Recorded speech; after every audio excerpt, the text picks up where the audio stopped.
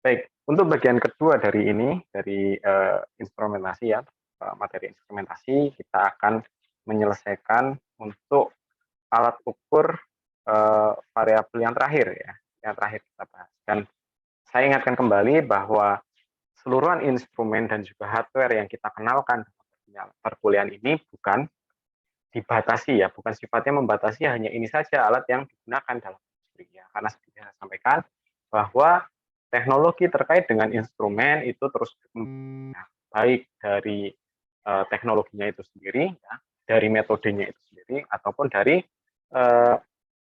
alat-alat pendukungnya ya, alat-alat pendukungnya seperti sensornya, kemudian untuk transmitter terkait dengan desain dari alat ukurnya itu sendiri ya, itu terus berkembang dan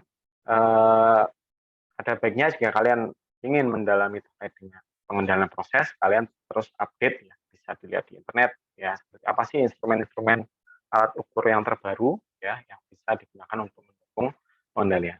Baik, untuk yang terakhir adalah alat ukur suhu ya. Seperti kita ketahui, suhu itu adalah juga salah satu variabel yang terpenting dalam yang harus kita ketahui dalam baik itu perancangan, ya, kemudian juga implementasi dan juga evaluasi suatu proses di pabrik ya. Seperti kita ketahui beberapa unit operasi ya itu harus dijalankan di suhu tertentu ya, karena ketika suhunya diubah maka akan menyebabkan kinerja dari unit operasi tersebut juga akan berubah atau berkurang. Contoh reaktor ya. Reaktor ketika digunakan atau dirancang untuk dijalankan pada suhu yang konstan, maka kita harus tahu selama berjalannya reaksi bagaimana profil suhu di dalam reaktor, apakah konstan, ya, apakah naik, ataukah terus turun. Ya. Ketika nilai dari suhu itu tidak bisa kita ketahui dengan baik, maka jalannya reaksi di dalam reaktor tersebut ya itu dapat menyebabkan tidak sesuai dengan yang kita inginkan.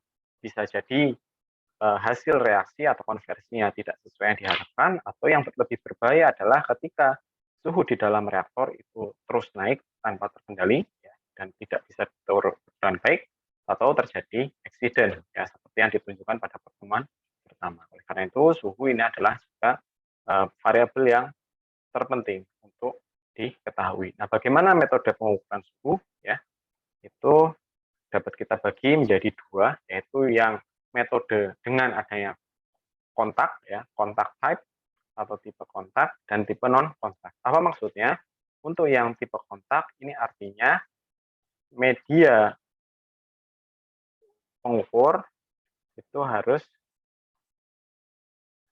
kontak dengan media yang diukur, harus kontak atau bersentuhan ya. Harus kontak atau bersentuhan dengan media yang diukur. Dengan media yang diukur. Seperti kita ketahui kemarin ya, untuk suatu alat ukur ada PSE, Primary Sensing Element. Nah, untuk yang tipe kontak, maka Primary Sensing Element itu harus bersentuhan langsung dengan media yang diukur suhunya. Ya. Di sini ada 3 tipe yang kontak ya, tipe yang pertama memanfaatkan hubungan antara suhu dan apa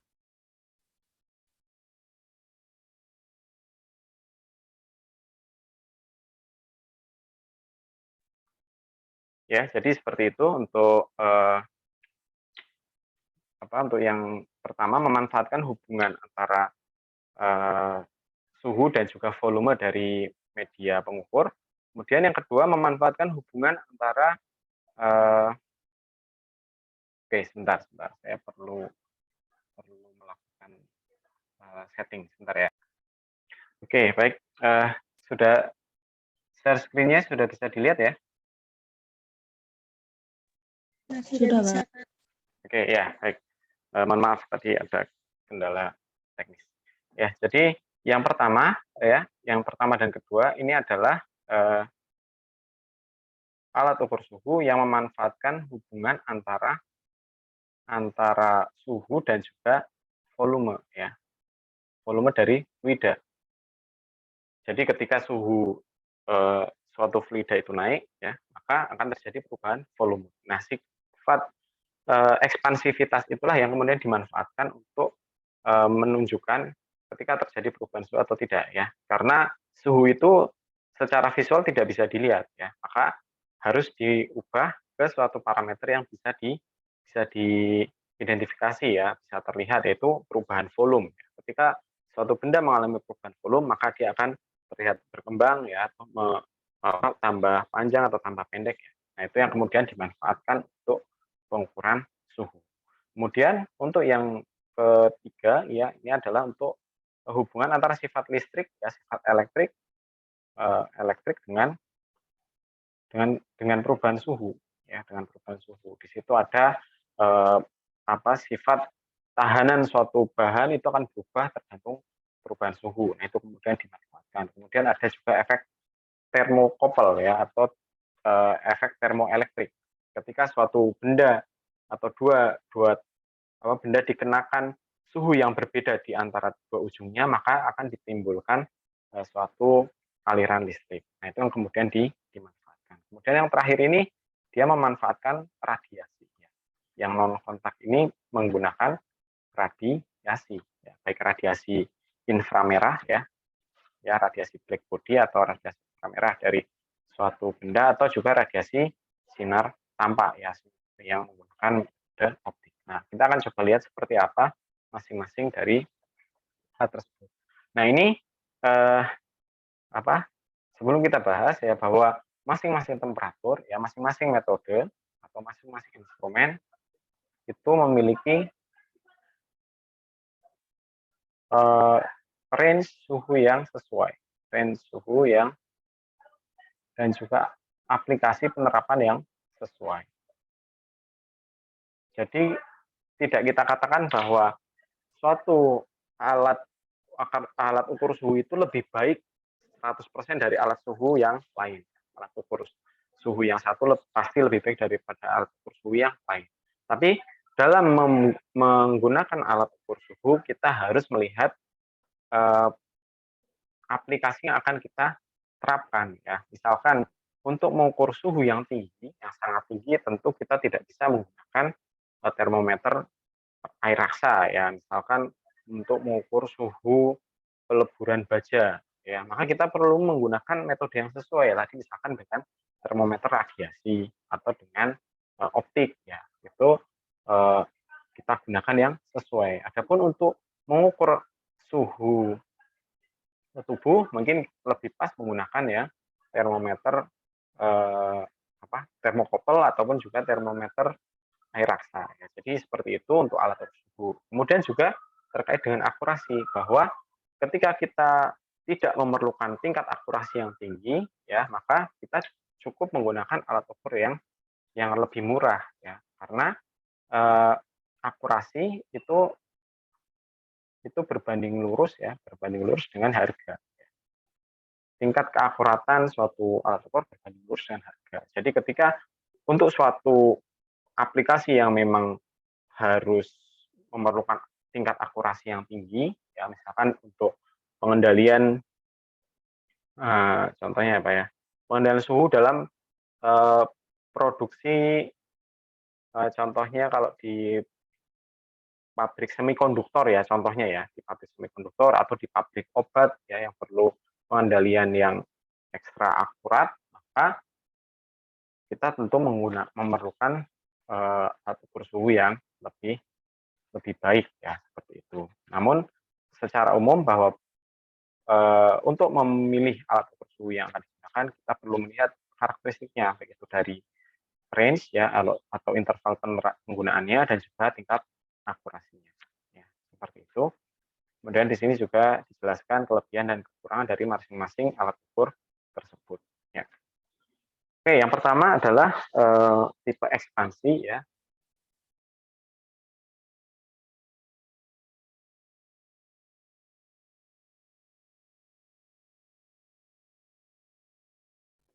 Yang tipe ekspansi itu adalah termometer bimetal, ya. Termometer bimetal yaitu kita menggunakan 2 jenis logam yang memiliki sifat ekspansivitas yang berbeda, ya. Ketika kita menggunakan 2 logam yang tingkat ekspansivitasnya berbeda, maka ketika ada perubahan suhu ya, ada perubahan suhu tertentu, maka yang ekspansivitasnya lebih tinggi dia akan memanjang lebih banyak ya. Ya, seperti apa ya adanya ada pemuaian ya, misalkan logam memuai karena perubahan suhu. Nah, adapun yang logam yang ekspansivitasnya atau koefisien muainya itu lebih rendah, maka dia memanjangnya lebih sedikit ya, sehingga ketika terjadi perubahan suhu maka di metal ini akan mengalami perubahan bentuk seperti ini. Nah, perubahan bentuk inilah yang kemudian dimanfaatkan untuk diaplikasikan dalam mendeteksi suhu. Contoh di sini dibentuk seperti spiral ya, seperti ini. Maka ketika terjadi perubahan suhu di bagian alat ukurnya, maka akan terjadi perubahan bentuk ya, dari spiralnya dia mungkin akan makin memanjang sana, sehingga terbaca di sini ya tentu dengan kalibrasi akan terbaca suhu pada tempat yang diukur. Ya, bisa berupa spiral atau helikal. Ya, ini contohnya helikal seperti itu. Yang pertama di metal. Kemudian yang kedua memanfaatkan ekspansi dari cairan. Nah, ini ada 2 tipe, yaitu menggunakan kaca ya, gelas, atau menggunakan tabung logam ya, tabung logam di sini. Nah, cairan yang bisa digunakan tentu cairan yang memiliki sifat ekspansivitas yang terukur ya. Nah, contoh di sini ada raksa atau merkuri, kemudian ada silen, alkohol, dan juga ether. Nah, ini dapat dilihat range suhunya ya untuk masing-masing cairan tersebut. Nah, itu yang kedua. Jadi ketika terjadi perubahan suhu, maka ujung dari cairan ini akan mengindikasikan ya di suhu berapa sekarang. Atau jika dihubungkan dengan suatu tabung bourdon ya, maka tabung bourdon ini ketika terjadi perubahan suhu ya, maka terjadi ekspansi dan akan mengalami perubahan bentuk ya, perubahan bentuk ke sini. Nah, itu yang kemudian dibaca sebagai suhu yang terukur. Kemudian yang ketiga adalah memanfaatkan ekspansi gas. Nah, ini memanfaatkan hukum gas ideal ya, hukum gas ideal di mana PV itu sama dengan nRT. Jadi ketika suhu ini naik ya, maka nanti baik P atau V ini akan naik tergantung sistemnya. Kalau sistemnya itu volumenya konstan, maka yang akan naik adalah tekanan ketika terjadi kenaikan suhu. Jika dihubungkan dengan Bourdon tube, maka yang terjadi akan Bourdon tube ini akan mengalami perubahan bentuk ya, mengalami perubahan bentuk yang itu kemudian diindikasikan oleh jarum pengukur. Oke, itu yang pertama ya, ekspansi. Nah, kemudian yang kedua adalah field system termometer. Nah, prinsip fisis yang digunakan untuk jenis termometer yang kedua ini sebenarnya sama dengan expansion thermometer. Namun untuk jenis expansion thermometer ya, itu indikator dan juga primary sensing element ya, ini contohnya primary sensing element, ini kemudian indikator, itu posisinya tidak bisa berjauhan ya. Jadi kalau terlalu jauh ya menjadi tidak bisa digunakan ya, karena memang bentuknya pendek seperti ini ya. Jadi kekurangan dari termometer jenis ini adalah alat ukur ini ya, untuk indikatornya juga itu harus diletakkan di dekat ya, di dekat media yang akan diukur suhunya ya. Nah, untuk kasus di mana kita mengukur suhu dari suatu bahan kimia ataupun zat lain yang mungkin berbahaya, atau karena suatu hal tidak bisa kita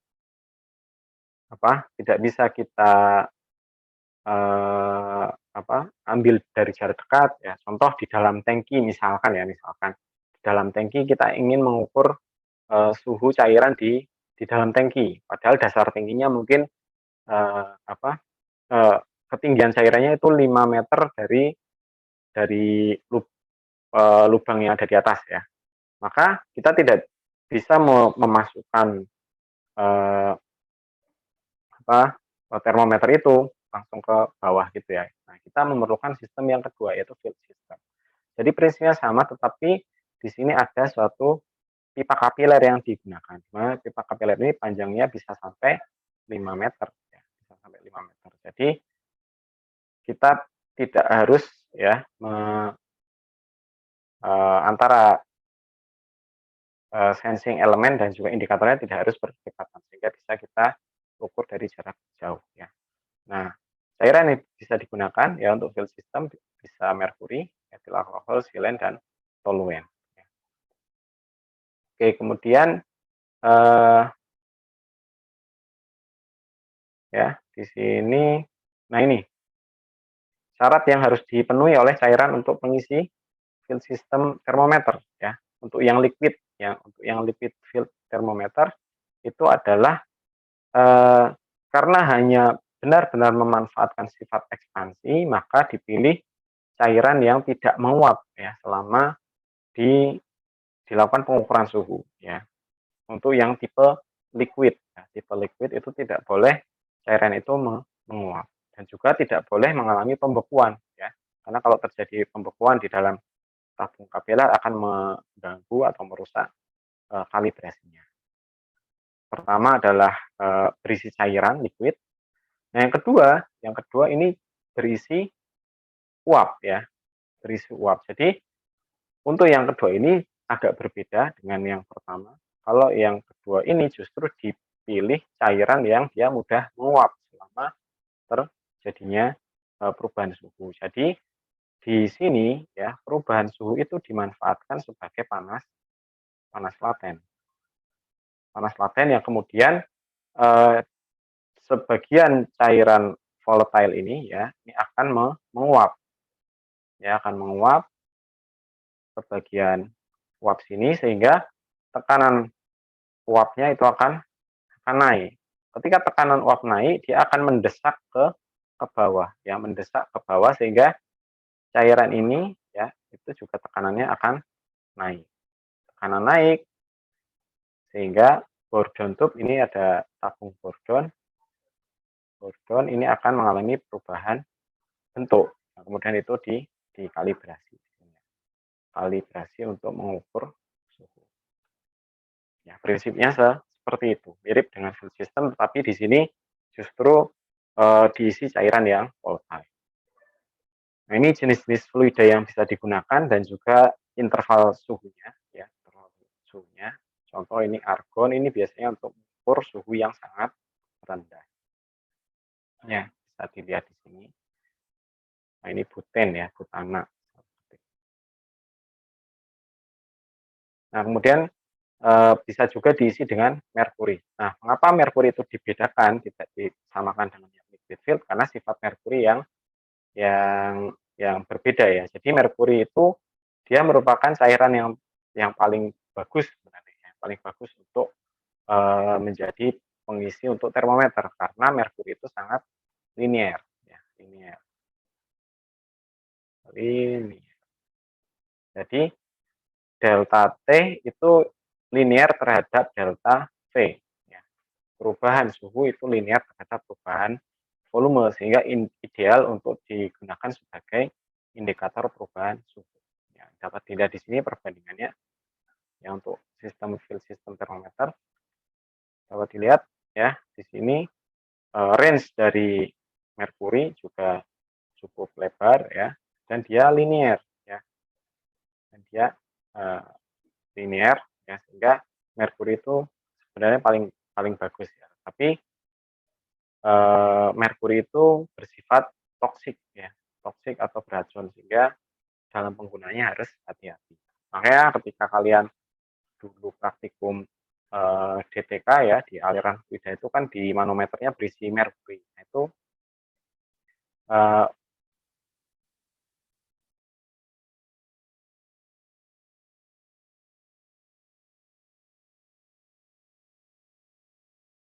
yang daring jadi uh, tidak sempat berurusan dengan itu ya. Oke, kemudian yang jenis ketiga itu adalah yang memanfaatkan hubungan antara sifat elektrik dengan suhu ya. Jadi suatu material ya itu memiliki sifat tahanan yang berubah ketika terjadi perubahan suhu ya. Seringnya ketika suhu itu naik maka tahanan dari suatu material itu akan naik dan sebaliknya jika suhunya turun tahanannya juga akan turun ya. Nah, beberapa logam yang cukup sensitif untuk digunakan untuk material ini ya ada platina, tembaga dan juga nikel ya.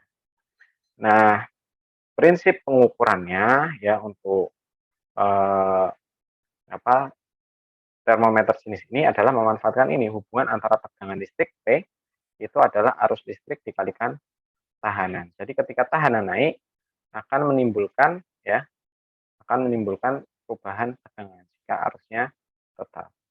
Nah, dalam penerapannya ya untuk mendeteksi perubahan tahanan kita digunakan namanya jembatan Wheatstone ya, Wheatstone Bridge. Mungkin pernah mendengar Wheatstone Bridge. Ya, sirkuitnya bentuknya seperti ini. Sirkuit listriknya ada di mana ini ya tahanan A, B dan C ini nilainya diketahui. Kemudian di sini tahanan LR1 dan LR2 juga diketahui. Tapi yang material yang akan kita gunakan ya di sini tidak diketahui ya. Ini yang nanti akan berubah-ubah di mana X itu fungsi dari suhu. Nah, ketika dalam sistem ini ya terjadi ketidakseimbangan tahanan ya berdasarkan rumus untuk jembatan Wheatstone ya, maka akan ditimbulkan arus listrik ya. Jadi ketika ini berubah, yang awalnya itu seimbang ya, hitung-hitungan resistannya itu seimbang. Ketika ini berubah, maka akan terjadi ketidakseimbangan ya di sini sehingga akan terdeteksi arus listrik di galvanometer. Nah, besarnya arus listrik yang terdeteksi itu sebanding dengan perubahan resistance, yang artinya sebanding juga dengan perubahan suhu. Nah, itu yang kemudian dikalibrasi sebagai hasil pengukuran suhu. Nah, itu jika dimanfaatkan sebagai indikator. Nah, jika dimanfaatkan untuk pengendali, maka perubahan tegangan listrik itu kemudian ditransmisikan sebagai sinyal ya, sebagai sinyal untuk dikirimkan ke alat pengendali ya sebagai hasil pengukuran suhu. Ya, jadi untuk metode ini bisa diaplikasikan ya sebagai untuk mendukung pengendalian karena bisa menghasilkan sinyal yang bisa ditransmisikan. Oke, nah ini perbandingan beberapa material ya yang bisa digunakan untuk RTD namanya, RTD Resistance Temperature Detector. Oke, kemudian yang berikutnya ya untuk yang alat ukur suhu adalah thermocouple. Thermocouple ini memanfaatkan prinsip elektrik yang namanya efek Seebeck. Efek Seebeck ya, di mana jika kita memiliki dua logam yang berbeda, ya dua logam yang berbeda, itu kita buat sambungan atau junction ya, ada dua sambungan di sini, junction yang pertama dan junction yang kedua. Jadi ini logam pertama saya kasih warna merah, kemudian logam yang kedua saya kasih warna biru. Ya.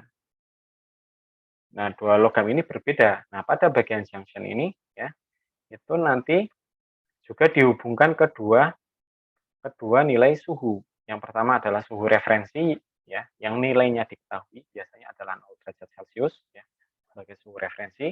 Sedangkan yang sambungan kedua ini yang tidak diketahui ya. Ini yang kemudian digunakan untuk mengukur.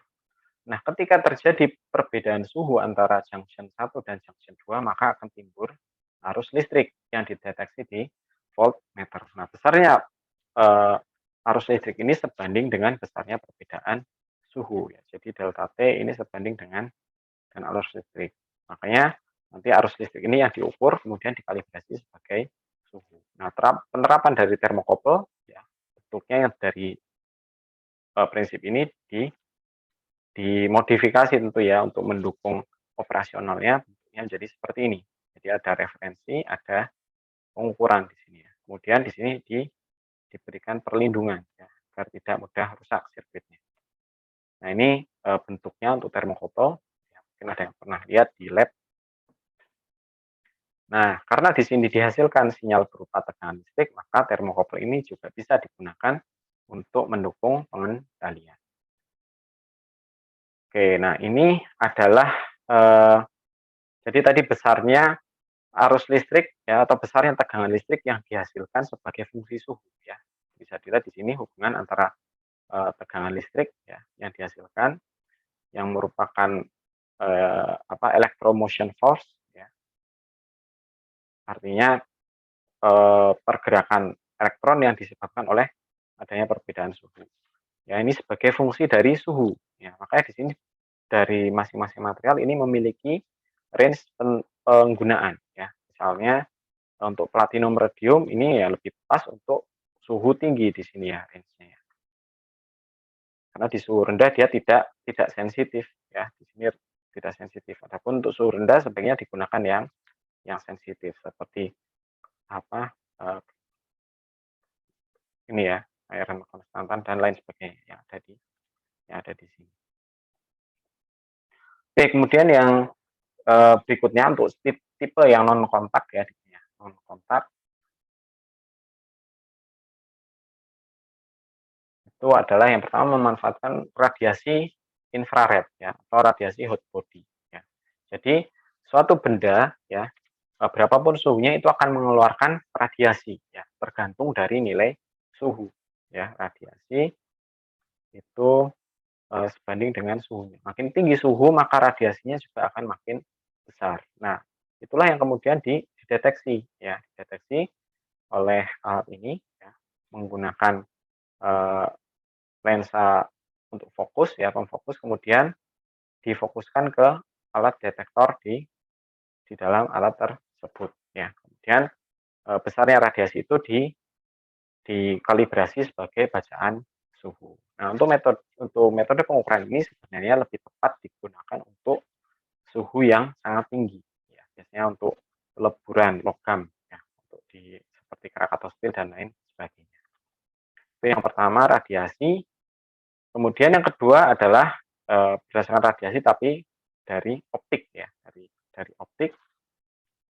Ya, prinsipnya adalah suatu benda yang suhunya tinggi itu akan memiliki warna yang khas ya. Jadi suhu itu sebanding dengan warna ya, warna dari apa ya istilahnya ya, warna. Jadi misalkan contoh bola lampu ya, bola lampu yang zaman dulu itu kan dari kawat ya, kawat yang dipanaskan. Ya, makin tinggi suhunya maka akan memijar ya, warna pijar berarti ya, warna pijaran. Jadi contoh suhunya akan naik dari merah kemudian ke arah orange ya terus ke arah putih ya. Nah makin ke sini ini suhu makin tinggi. Oke, makin tinggi. Nah perbedaan warna inilah yang kemudian diukur ya. Jadi di sini modelnya adalah kita memiliki alat ya, alat di mana dialirkan filamen ya. Di sini diberikan suatu filamen seperti lampu pijar. Lampu pijar ya, kemudian dialiri suatu arus listrik ya. Yang arus listrik tersebut ya itu besaran arus listriknya diatur menggunakan rheostat ya, di mana suhunya bisa diatur ya. Nah, nanti operator itu akan mengarahkan ya hasil pijaran ini ke media yang diukur suhunya. Media yang diukur suhunya. Nah, jika warna pijaran dari media yang diukur itu sama dengan warna pijaran filamen, maka hasil yang diperoleh seperti nomor 3. Ya, filamennya tidak nampak. Artinya, pengaturan suhu di rheostat ini sudah tinggal dibaca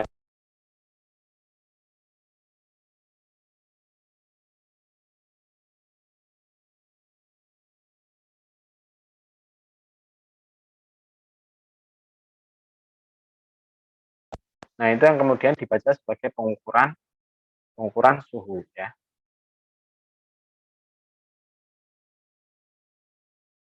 Ya, jadi kalau di settingnya terlalu besar harusnya, maka dia lebih terang daripada pijaran yang diukur. Jadi harus dikurangi sampai tidak terlihat.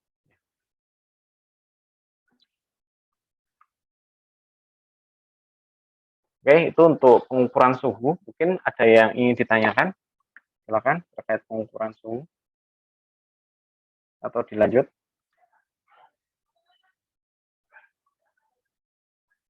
Ada yang mau ditanyakan? Tidak ada Pak kalau dari saya. Oke, yang lain? Masih bisa ngikutin ya, semoga ya. Apa? Masih bisa Pak. Ya, oke. Oke, itu adalah pengukuran suhu ya, instrumen pengukuran suhu. Kemudian kita lanjut ke instrumen kedua, yang komponen hardware kedua dari sistem pengendalian, yaitu ya controller itu sendiri atau pengendali ya, controller atau pengendali. Nah, kemarin controller itu ya itu fungsinya sebagai sebagai otak ya atau brain dari sistem pengendali yang dia mengambil keputusan, mengambil keputusan yang nanti tujuan dari pengendali ini adalah mengatur, mengadjust besaran dari manipulated variable sehingga ketika terjadi perubahan CV kontrol variabel itu dapat dikurangi. Ya. Kemarin perubahan dari CV atau perubahan dari kontrol variabel kan diindikasikan sebagai error. Nah, tujuan dari pengendali itu adalah mengatur besaran dari MV sedemikian rupa sehingga error dari CV-nya itu semakin mendekati nol atau variabel yang dikendalikan itu nilainya semakin mendekati dengan set point. Itu adalah tujuan dari pengendali.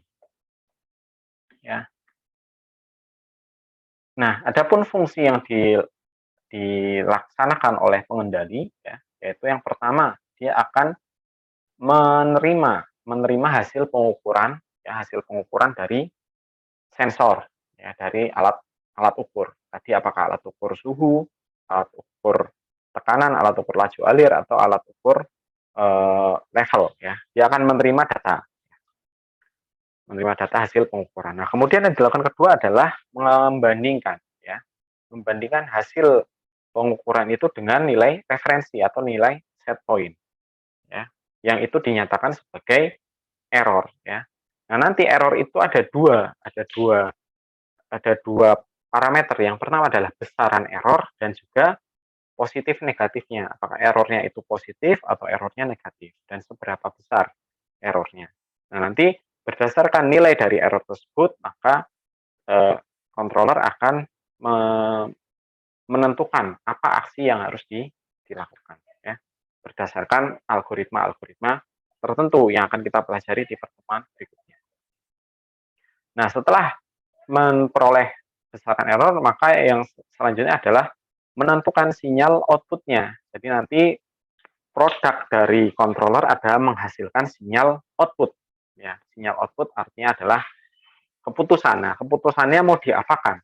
Keputusannya mau manipulator variabelnya harus dikurangi atau ditambah, seberapa besar penambahannya atau seberapa besar pengurangannya itu dinyatakan sebagai sinyal, ya, sebagai sinyal yang dikirimkan oleh controller menuju ke nanti final control airman, di mana tujuannya adalah tadi mengurangi deviasi atau error sehingga sekecil mungkin ya menuju ke nol.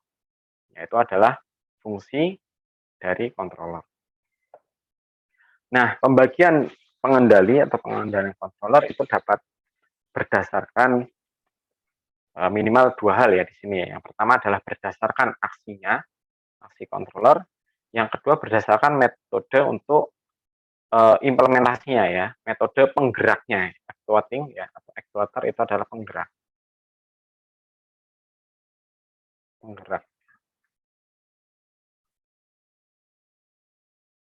Ya. Nah, yang berdasarkan aksi controller ya.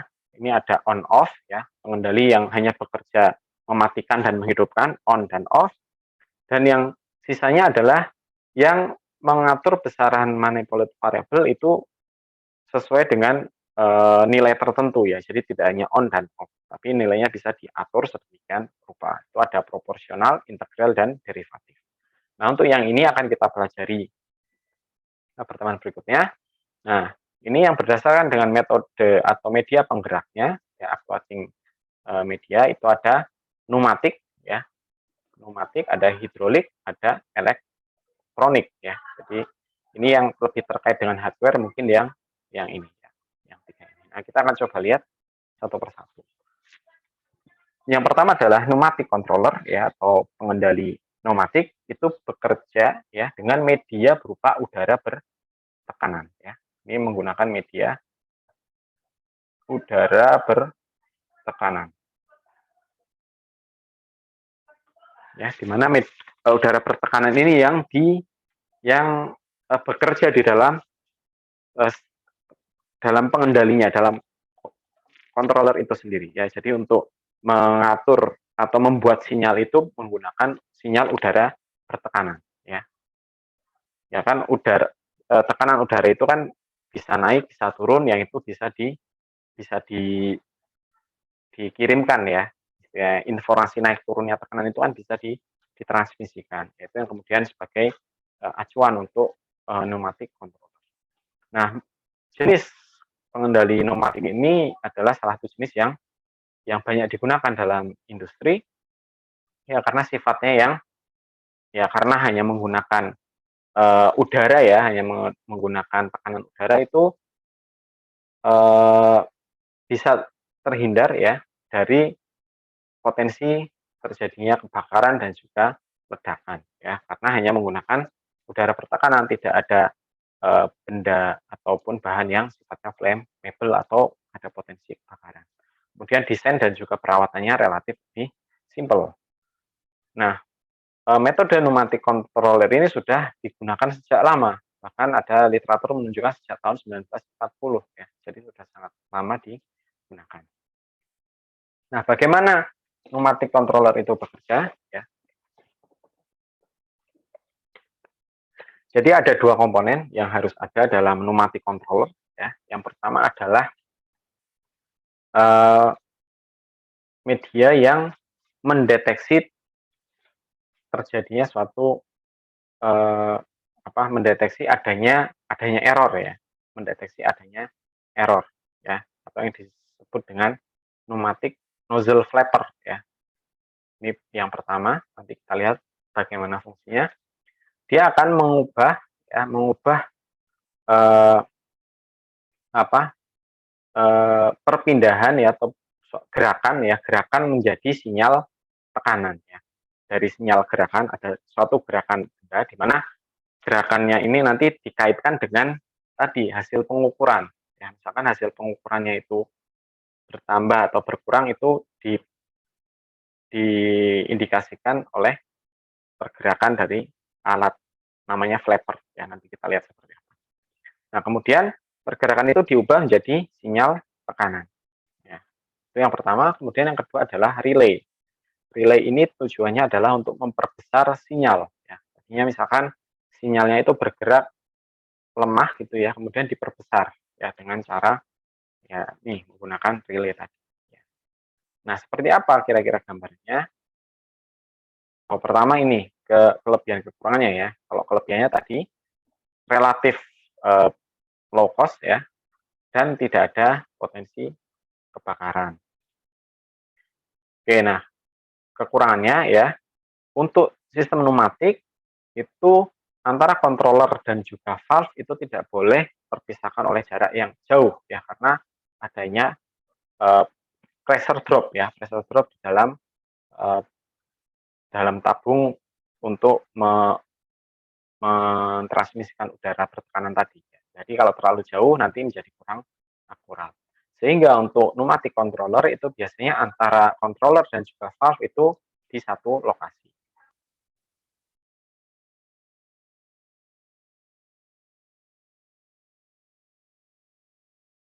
Oke, sehingga untuk yang pneumatik ini tidak mungkin ya untuk dibuat suatu sistem yang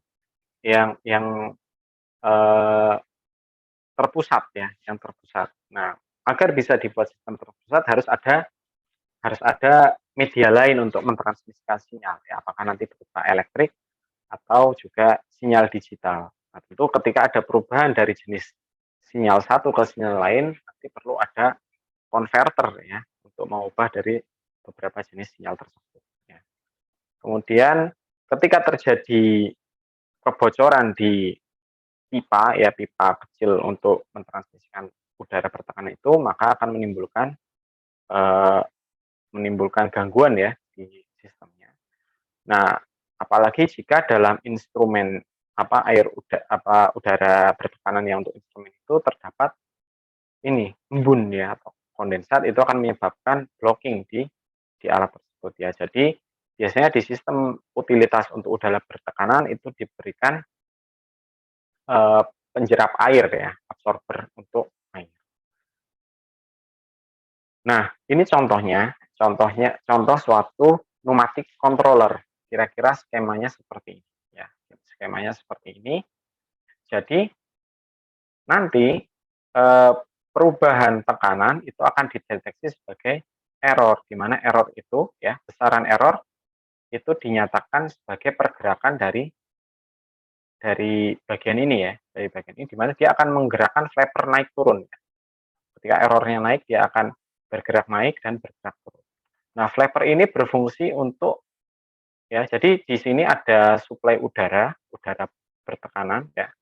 Itu akan pertama dilewatkan orifice. Nah, di orifice akan terjadi penurunan tekanan ya, tekanannya berkurang.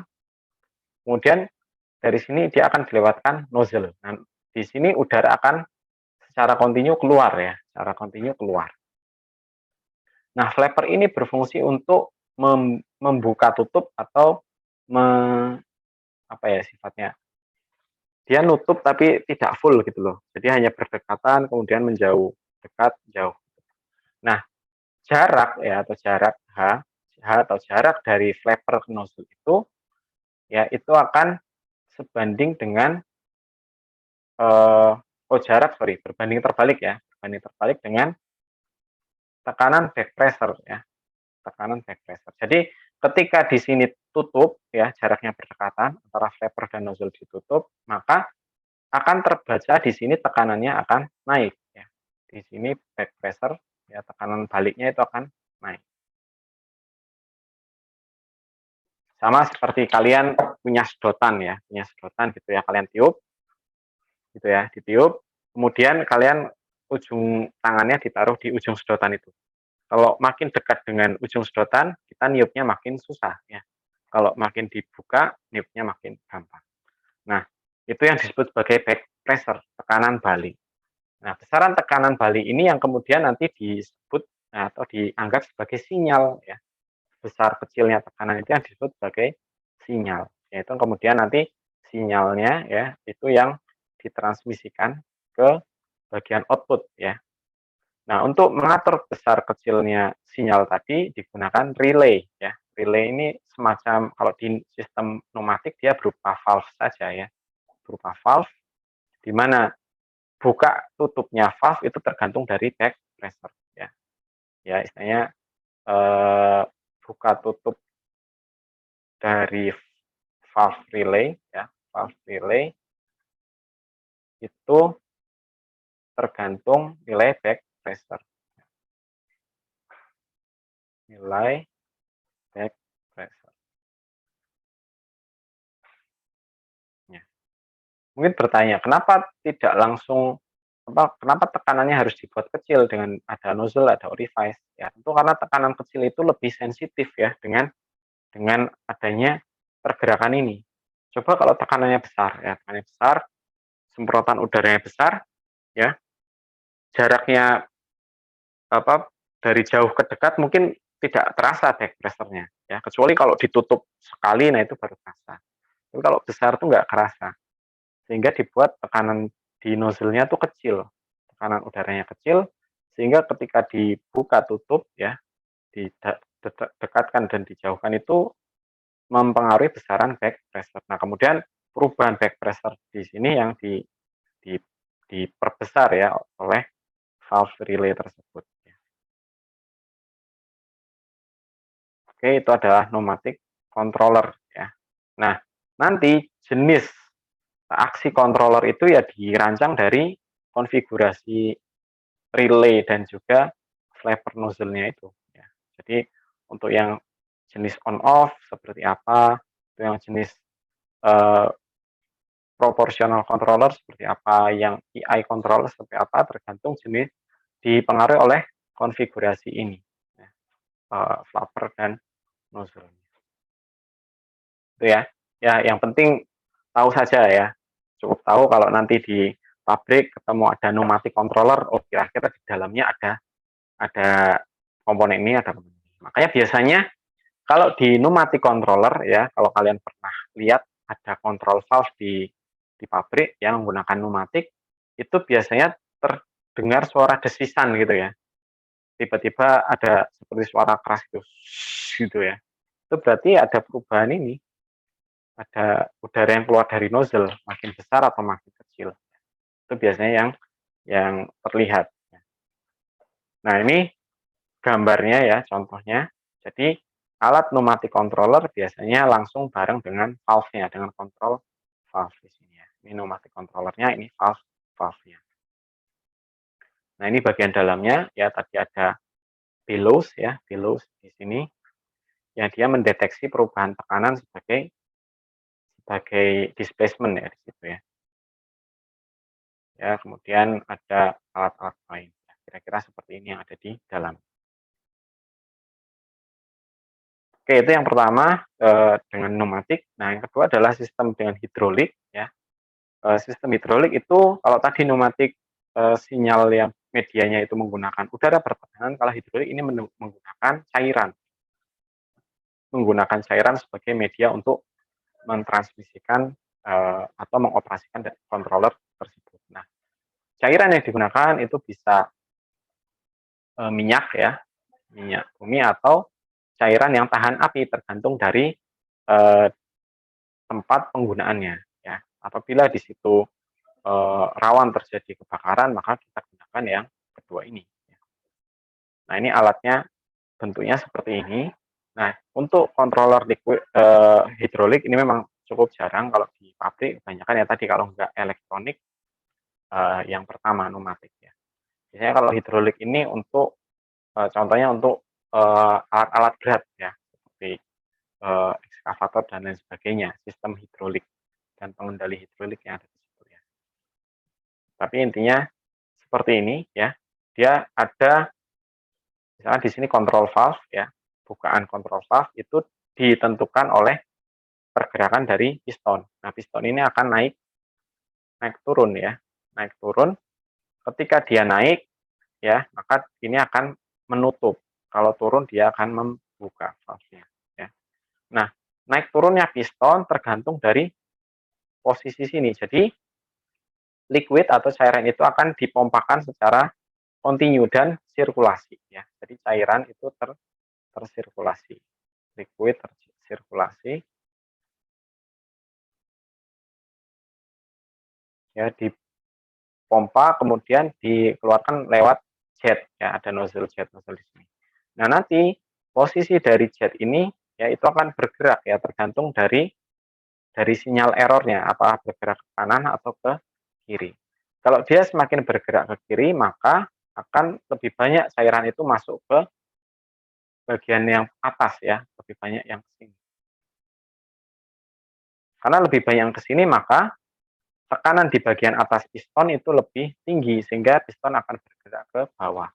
Piston bergerak ke bawah artinya dia makin membuka, ya, valve-nya dia akan membuka. Dan sebaliknya ya, kalau ini bergerak ke kanan, piston akan bergerak ke atas, dia akan bergerak menutup. Nah, kira-kira seperti itu untuk yang hidrolik, tapi ini cukup jarang. Ini kelebihan kekurangannya. Kalau hidrolik biasanya tadi karena untuk dia memiliki respon yang tinggi dan juga gain power gain yang tinggi ya, itu biasanya untuk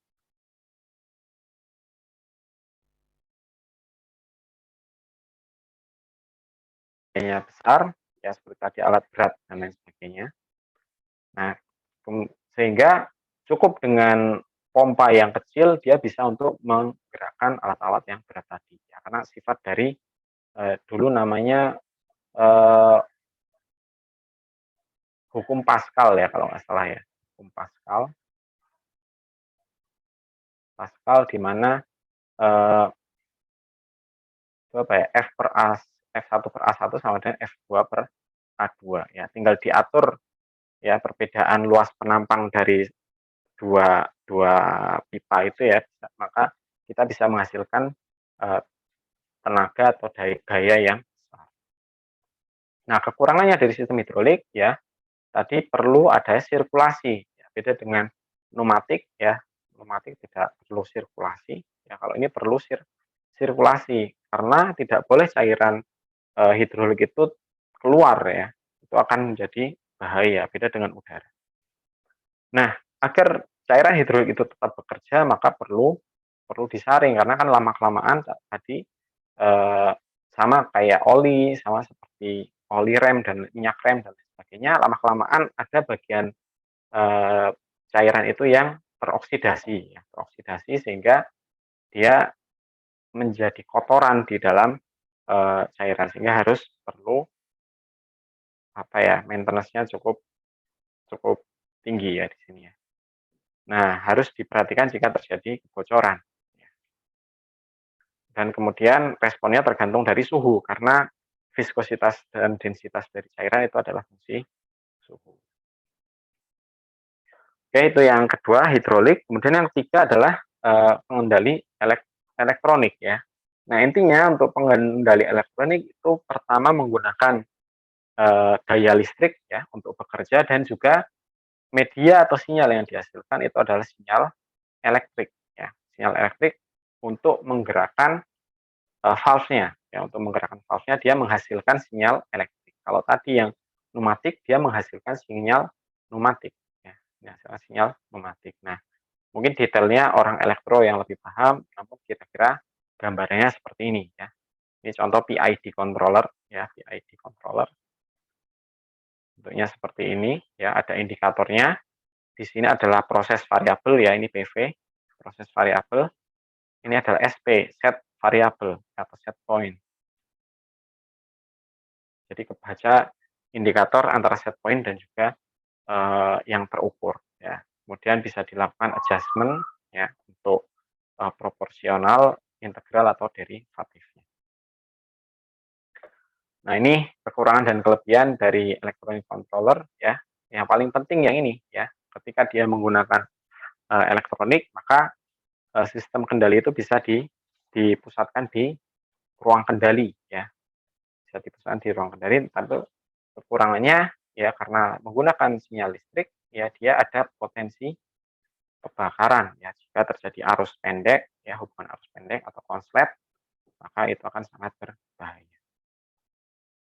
Nah, kemudian dalam penerapan sistem kendali di dalam pabrik ya, dalam penerapan sistem kendali di pabrik, terutama untuk pabrik yang besar, maka kita bayangkan di dalam pabrik banyak alat ukur yang digunakan, banyak unit operasi yang bekerja, ya masing-masing unit operasi itu mungkin ada 2 atau 3 alat ukur, ya, mungkin ada 2 atau 3 sistem kendali, ya. Maka bagaimana caranya mengimplementasikan pengendalian dari satu pabrik, ya. Nah, kita kenal istilah ya namanya DCS ya atau Distributed Control System, ya ini DCS. Ini nanti kalau kalian KP, mungkin kalian kalau ada kesempatan masuk ke controller room, ya ruang kendali, di situ ada panel-panel ya, panel-panel yang menunjukkan layout dari pabrik, kemudian ditunjukkan kondisi operasinya, ya ditunjukkan suhu, tekanan, berapa laju alir masuk, berapa laju alir produknya, ya itu yang terpusat di satu ruang kontrol. Ya, itu yang disebut sistem DCS, ya, Distributed Control System. Nah, sistem DCS ini awalnya itu dikembangkan untuk mengakomodir ya sistem pengendalian di pabrik yang besar yang beroperasi secara terus-menerus ya, secara apa, dengan laju alir yang besar ya, terus-menerus ya. Nah itu, ketika ketika zaman dulu ya, ketika zaman dulu kita tahu komputer itu, eee, ukurannya kan sangat besar ya, ukuran komputer itu sangat besar ya, berupa komputer mainframe. Nah, awalnya ya, pengendalian itu dioperasikan semua oleh komputer yang terpusat tadi. Ya, jadi eh, apa pembacaan sinyal ya, sinyal itu dikirimkan ke komputer yang terpusat ya, kemudian dari komputer itu melakukan perhitungan, kemudian dikirimkan kembali ke peralatan yang akan dikendalikan ya. Nah, dengan jumlah jumlah alat yang banyak, ternyata sistem seperti itu ya, itu tidak eh, tidak efisien ya, sistem pengendali seperti itu. Jadi tadi kita punya satu komputer besar ya, kemudian sinyalnya dikirim ke komputer tersebut mengirimkan keputusan ya, keputusannya apakah MV-nya harus diperbesar atau diperkecil. Nah, kemudian diubah sistemnya menjadi sistem terdistribusi ya. Maksudnya sistem terdistribusi adalah untuk komponen kendali ya, di mana kemarin ada 3 komponen ya, ada 3 komponen yaitu sensor, controller dan valve ya. Sensor, controller dan valve itu dia diletakkan langsung di unit operasinya ya. Jadi ada sensor, controller dan valve itu langsung diletakkan di unit operasi ya. Sehingga ketika terjadi disturbance, terjadi perubahan nilai dari variabel terukur ya, itu langsung aksinya ada di situ, langsung ada di unit operasi tersebut. Contoh di tangki ya ada perubahan level, maka langsung kontrolernya lokasinya ada di situ ya. Masing-masing punya punya komputer sendiri ya, masing-masing punya komputer sendiri. Nah, kemudian aksi dari controller itu secara otonom dilakukan oleh komputer yang ada di masing-masing unit operasi. Namun untuk pengaturan kontrolernya ya, untuk melakukan tuning ya, perubahan parameter controller, kemudian melakukan perubahan set point itu dilakukan oleh komputer yang levelnya lebih tinggi ya. Di sini ada komputernya operator, komputernya dari bagian engineering ya, itu masing-masing saling terkoneksi oleh suatu jaringan data ya, jaringan datanya bisa berupa kabel dan lain sebagainya. Jadi ini sistem terdistribusi. Nah, nanti penerapannya ya di bagian operator itu penampakannya seperti ini ya. Jadi mereka melihat melihat hasil pengukuran unit operasinya ya, melihat hasil pengukuran suhu, pengukuran laju alir ya, melihat nilai set point-nya, kemudian melihat uh, tuningnya seperti apa ya. Tetapi untuk aksi kendalinya ya, aksi kendalinya tadi ada perhitungan error, kemudian nanti perubahan manipulated variable seberapa besar itu secara otonom dilakukan oleh oleh uh, sistem kendali yang ada di masing-masing unit operasi ya. Itu adalah sistem terdistribusi. Nah, ini sehingga di dalam pabrik ya, di dalam pabrik itu penerapannya itu dibuat beberapa level, Nah, untuk level pengendalian ya, pengukuran dan juga pengendalian itu dilakukan di level 0 dan 1. Ini langsung di unit operasi. Jadi kalau di pabrik, tangkinya di bagian ujung sana, ada separator di depannya, ada pompa, kemudian ada reaktor, itu masing-masing punya sistem pengendali sendiri ya, yang bekerja secara otonom. Nah, di atasnya itu memiliki tugas melakukan supervisi atau pengawasan tadi, melihat settingan dari kendali ya, tuningnya seperti apa, kemudian berapa set point yang dipasang ya, itu dia komputer level di atasnya bisa mengubah parameter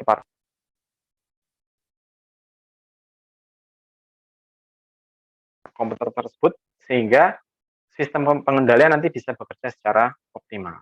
Nah, makin ke atas maka fungsi dari eh, eh, apa bagian yang ada di atasnya itu lebih lebih strategis ya, lebih strategis. Jadi kalau yang di sini sifatnya adalah mengoptimasi proses di satu unit operasi. Nah, yang di bagian atasnya ini mengoptimasikan proses di level pabrik secara keseluruhan. Dari keseluruhan, oh ternyata eh, di alat yang ini masuk dari reaktor ke separator itu tekanannya harus diubah ya, harus di delta P-nya harus diubah karena dari hasil optimasi dia harus disesuaikan. Nah, itu kemudian eh, diterapkan ke level-level di bawahnya.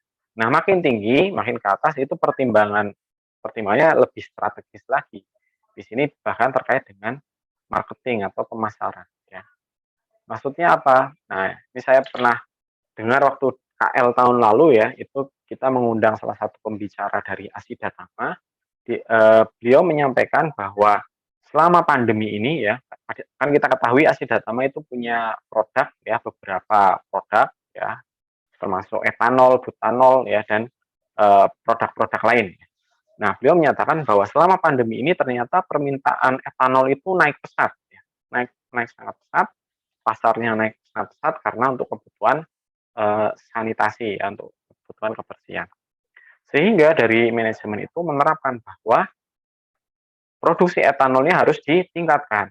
Nah, itu adalah kebijakan strategis.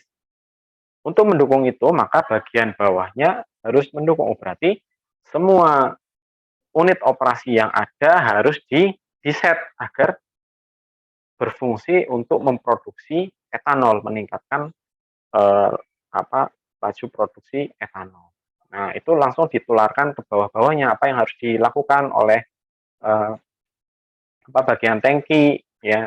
Tangki tadinya menampung bahan baku atau menampung produk lain terus dialih fungsikan untuk menampung produk etanol dan lain sebagainya, itu ditularkan ke bawah. Jadi seperti itu hierarki ya.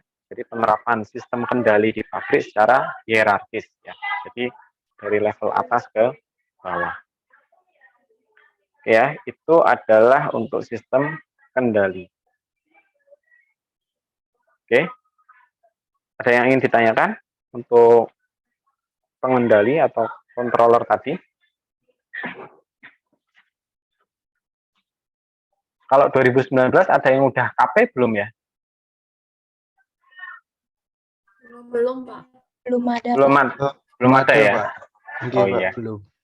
Nah, nanti kalau KP ya, ketika KP kalian ke pabrik, kalian diberikan kesempatan untuk masuk ke control room, nah kalian bisa coba konfirmasi bagaimana sistem kendali di sini, apakah menggunakan DCS atau masih manual ya. DCS artinya sudah satu pabrik menggunakan sistem dengan hierarki seperti itu ya.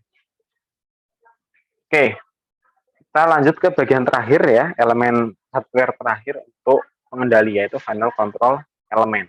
Nah, kita akan fokus ke satu jenis saja, yaitu valve, karena ini adalah final control element yang paling banyak digunakan.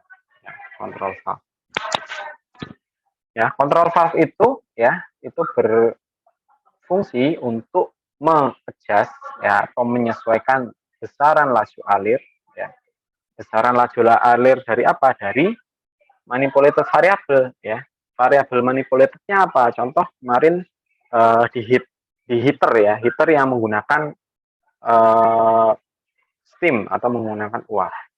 Maka kemarin yang jadi manipulated variable adalah laju alir dari steam tersebut. Maka valve itu nanti akan bekerja menyesuaikan atau mengatur besaran dari laju alir steam berdasarkan perintah dari controller. Jadi tadi controller menghitung, dia akan mengeluarkan perintah, mengeluarkan sinyal. Laju alir steamnya harus berapa? Ya, harus diubah berapa. Nah, nanti sinyal itulah yang diterima oleh control valve, dan control valve akan mengaplikasikan, oh berarti saya harus mengubah settingan saya tadinya kebuka full jadi kebuka setengah atau jadi kebuka seperempat dan lain sebagainya. Nah, secara umum control valve itu ada dua komponen. Ada dua komponen. Yang pertama adalah actuator. Actuator ini atau penggerak ya, penggerak. Actuator. Yang kedua adalah valve body ya, atau badan dari valve itu sendiri ya. Jadi intinya valve itu adalah suatu alat ya, di mana lebar atau luas bidang alir dari alat tersebut itu bisa dinaikkan atau diturunkan, bisa diperbesar atau diperkecil. Luas bidang alirnya atau luas bukaannya. Ya. Luas bukaan sama dengan luas bidang alir. Luas bidang alir. Ya, jadi valve itu adalah alat yang berfungsi bisa mengubah luas bukaan alir atau luas bidang alir ya, untuk mengatur besaran laju alir. Di situ ada actuator ya tadi, bagian penggeraknya, dan ada body valve itu sendiri. Ada suatu bidang alir dan ada bagian yang bisa berubah-ubah luas bidang alirnya. Nah, ini contoh salah satu valve ya, namanya globe valve ya. Globe valve dia bekerja seperti ini. Dari controller mengirimkan sinyal ke globe valve, maka actuator dia akan bergerak naik turun menyesuaikan sinyal yang diberikan. Nah, pergerakan dari actuator ini akan menggerakkan pintu ya, pintu dari valve ini, apakah dia menutup atau membuka. Menutup 100% atau membuka 100% atau membuka setengah ya, itu tergantung dari besaran sinyal yang diberikan. Nah, ini beberapa tipe valve ya, tipe control valve. Secara umum dibagi menjadi dua ya. Jadi ada control valve yang pergerakannya adalah reciprocating ya, atau bergerak bolak-balik naik turun. Ada valve yang pergerakannya adalah rotating atau putar ya. Putar ini bergerak reciprocating atau naik turun. Ya, bergerak reciprocating ada globe valve, ada split body valve, ada gauge valve, ada three-way valve, dan lain sebagainya. Nah, sama dengan materi-materi terkait sensor, bahwa valve itu adalah suatu teknologi yang terus berkembang. Ya, jadi apa yang disampaikan di sini juga tidak semata-mata valve itu hanya yang ada di sini. Teknologi terus berkembang. Nah, ini contoh globe valve ya. Globe valve bentuknya seperti ini. Ini yang menggunakan pneumatik ya. Dia akan bergerak naik turun. Kemudian bukaan dari bidang alirnya juga akan berubah. Ada yang satu pintu, ada yang dua pintu ya. Dua pintu dari sebelah sini dan yang satu dari sebelah sini. Ya. Ini contohnya ya. Kita lihat masing-masing komponennya ya. Untuk actuator ada contoh di sini yang pneumatik pakai diafragma, ada diafragma, kemudian ada spring ya, ada pegas yang mengimbangi ya pergerakan dari diafragma.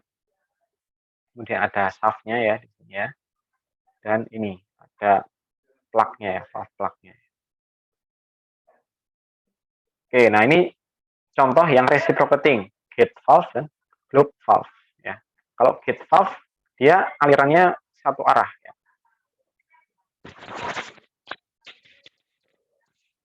Suara saya masih terdengar? Masih, Pak. Oke, jadi kalau gate valve dia alirannya lurus, kalau globe valve dia alirannya. Oke. Ya, globe valve alirannya seperti ini ya. Kita mungkin sekilas saja. Nah, ini yang rotating, contoh ada butterfly valve ya. Jadi gerbang dari valve-nya itu seperti pintu seperti ini. Bukaannya tergantung dari derajat dari stemnya ya, derajat putaran dari stem. Apakah full atau terbuka 100% atau tertutup 100%. Ya. Butterfly valve, kemudian ini ball valve. Nah, ball valve dia bentuknya seperti bola ya, gerbangnya bentuk bola. Kalau 90 derajat tertutup, bergerak 90 derajat lagi terbuka full. Itu ball valve ya.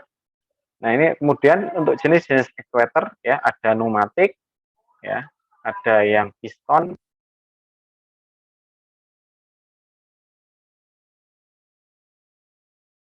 Oke, ada yang bentuknya pneumatik, ada yang piston ya, kemudian ada yang elektromekanik ya, atau elektrohidrolik. Ya, untuk yang pneumatik tadi contohnya adalah diafragma ya, menggunakan diafragma di sini. Ya, ini penggeraknya adalah pneumatik. Nah, bagaimana dia bergerak ketika ini menggunakan sinyal pneumatik ya. Ketika sinyalnya naik, yang artinya tekanan naik, maka diafragma ini akan terdorong ke atas. Tekanan dari sini naik, dia akan terdorong ke atas, kemudian di sini akan membuka. Ya, jadi ini secara umum valve itu ada dua tipe ya, tipe valve itu ada valve close ya, valve close, air to open, valve close, atau singkat saja FCAO ya. Ini nanti kita jelaskan lebih lanjut di pertemuan berikutnya. Sekarang kita kenalkan saja. Ada FCAO, valve close air to open. Yang kedua adalah FOAC, valve open air to close. Maksudnya apa? Untuk sistem valve close air to open, maka di sini kata kuncinya agar lebih mudah mengingat yang ini aja ya, air to open. Jadi tekanan sinyal pneumatik itu digunakan untuk membuka. Artinya semakin tinggi tekanan maka sinyal valve itu akan makin terbuka ya, akan makin terbuka. Di sini bisa dilihat ketika sinyal tekanan itu naik maka diafragma akan bergerak ke atas sehingga di sini valve juga akan terbuka ya, akan naik, akan terangkat. Nah, sebaliknya yang ini, yang valve open air to close, ya, sinyalnya dari sebelah atas. Ya. Jadi ketika sinyal naik, tekanan naik, maka diafragma akan terdorong ke bawah. Ya, diafragma akan terdorong ke bawah, kemudian dia akan menutup valve tersebut. Nah, mengapa harus dibedakan? Ya, mengapa harus dibedakan? Nah, itu tentu tergantung dari proses yang akan dikendalikan ya, akan kita bahas di pertemuan berikutnya. Sekarang kita kenalkan saja bahwa ada dua tipe, FCAO atau valve close air to open, dan yang kedua FOAC, valve open air to close. Ya, seperti ini. Itu yang contoh pneumatik. Ya, kemudian itu yang kedua yang piston ya, menggunakan piston ya, itu dia seperti ini ya. Jadi sifatnya positive displacement ya. Dia menggunakan piston. Biasanya piston itu tujuannya adalah untuk penerapan yang tekanan tinggi, ya, penerapan tekanan tinggi, sehingga karena tekanan di dalam sistem itu tinggi, dia ketika nutup harus yakin 100% nutup ya. Jadi tekanan di sini harus bisa menahan tekanan yang ada di body valve tersebut. Ya, makanya digunakan piston. Kemudian yang sifatnya elektromekanik, kalau elektrohidrolik itu contohnya adalah solenoid valve ya. Solenoid valve itu adalah di sini ada kumparan ya, ada kumparan lilitan listrik ya. Seperti ini ya, ada lilitan seperti ini.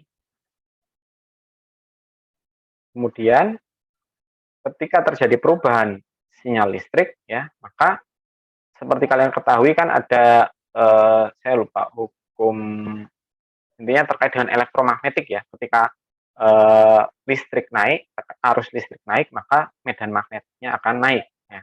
Nah, medan magnetiknya ini yang dihasilkan akan menggerakkan batang magnet yang ada di sini ya. Jadi dia akan bergerak ke bawah atau ke atas berdasarkan besaran arus listrik yang masuk di solenoid. Nah, pergerakan ini kemudian membuka atau menutup dari valve tersebut. Ya.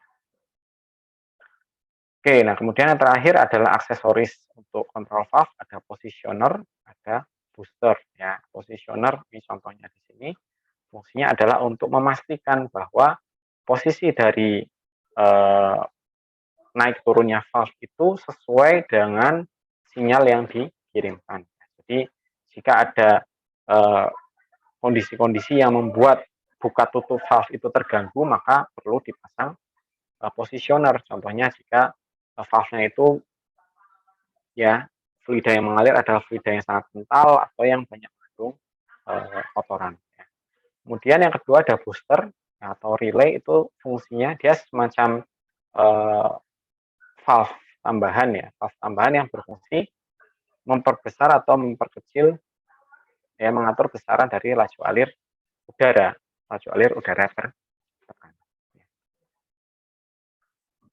Nah, informasi tambahan untuk instrumen valve ya bisa dibaca di sini, appendix C dari buku Smith Corripio. Ya, ini bukunya sudah saya upload di Sepada.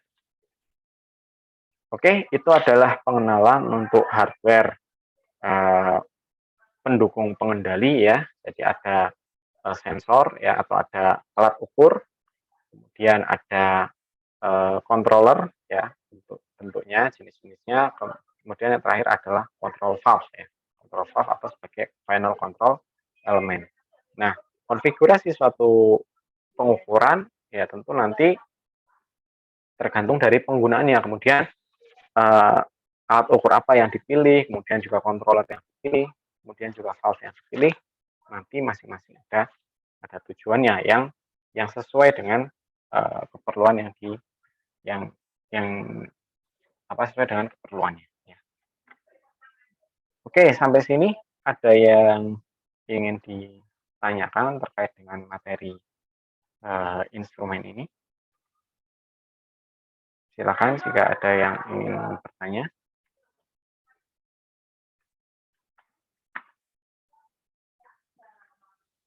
Pak,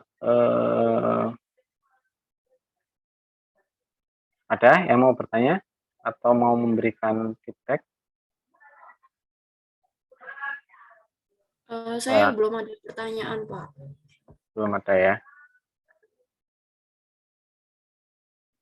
Biasanya yang tanya nih ini nih, siapa? Novian Dani ya? Novian Dani. Biasanya kamu kalau di kelas ada pertanyaan di paling depan. Ada yang mau ditanyakan nggak? Sebenarnya sih ada sedikit gimana ya Pak? Pengen Yang tahu mana? aja. Kalau di valve pas dibuka itu bisa dibuka ada bisa terbentuk gelembung nggak ya Pak? Dan itu tuh gelembungnya bisa mempengaruhi tekanan nggak itu? Cuman itu aja sih Pak. Oke. Ya, jadi di valve itu suatu fluida itu terbentuk gelembung ya kan salah satu oleh dua hal ya. Artinya ketika terbentuk gelembung berarti terbentuk fasa gas. Nah, pembentukan fasa gas itu terjadi karena dua hal. Yang pertama adalah kenaikan suhu dan yang kedua adalah penurunan tekanan. Nah, apabila di dalam valve ya karena misalkan pada saat hampir tertutup ya itu terjadi penurunan tekanan ya karena efek dia melewati pipa yang kecil sehingga terjadi penurunan tekanan dalam waktu singkat. Mungkin saja di saat tersebut terbentuk gelembung, ya. Jika tekanan yang dihasilkan itu lebih rendah daripada tekanan uap dari cairan tersebut, ya. Jadi apabila tekanannya turun di bawah tekanan gelembungnya, kan masing-masing fluida punya tekanan gelembung. Jadi ketika tekanannya turun, ya maka akan terbentuk gelembung, ya, turun dari nilai tertentu. Nah, jika turun di bawah tekanan bubble point-nya, maka mungkin saja terjadi uap di situ, terjadi kavitasi. Nah, kalau gelembung itu terbentuk di dalam valve, ada beberapa kemungkinan yang bisa terjadi. Jika gelembung itu adalah berupa zat yang eksplosif, ya, maka ada kemungkinan dia bisa masuk ke sini ke ruang yang sini nih, ke ruang pneumatik ya, masuk ke sini ya. Kemudian menimbulkan overpressure. Nah, itu bisa menjadi bahaya ya. Ya, dan yang lebih bahaya lagi adalah jika tadi valve itu posisinya ada di inlet pompa. Kan nggak boleh ya valve itu di inlet pompa karena ketika terjadi gelembung maka akan masuk ke pompa sebagai kavitasi. Nah, itu akan menurunkan efisiensi dari pompa. Jadi mungkin saja jika di valve itu pressure drop-nya terlalu besar ya, artinya tekanan luaran dari valve itu yang ada di sini.